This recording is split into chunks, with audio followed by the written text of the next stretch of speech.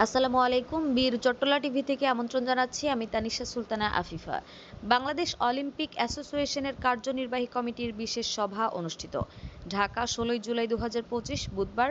আজ ১৬ জুলাই ২০২৫ ঢাকা সেনানিবাসের আরবি multipurpose complex Bangladesh Olympic অ্যাসোসিয়েশনের বিওএ সভাপতি ও সেনাবাহিনী প্রধান জেনারেল ওয়াকারুজ্জামান এসবিপি ও এসপি এসজিপি পিএসসি-এর সভাপতিত্বে কার্যনির্বাহী কমিটির একটি বিশেষ সভা অনুষ্ঠিত হয়।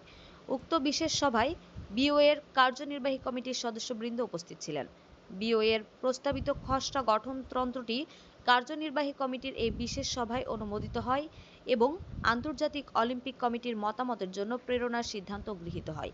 পাশাপাশি উক্ত সভায় প্রস্তাবিত অলিম্পিক কমপ্লেক্স ৩২টি ডিসিপ্লিন অন্তর্ভুক্ত করার সিদ্ধান্ত গৃহীত হয়। এছাড়াও সভায় আগামী আগস্ট মাসের শেষার্ধে সিরাজগঞ্জের শাহজাদপুর থানার বাঘাবাড়ি ইউনিয়নের করতোয়া নদীতে নৌকা বাইচ প্রতিযোগিতা আয়োজনের সিদ্ধান্ত গৃহীত হয়। আমাদের আরও আপডেট নিউজ পেতে চোখ রাখুন বীর চট্টলা টিভিতে।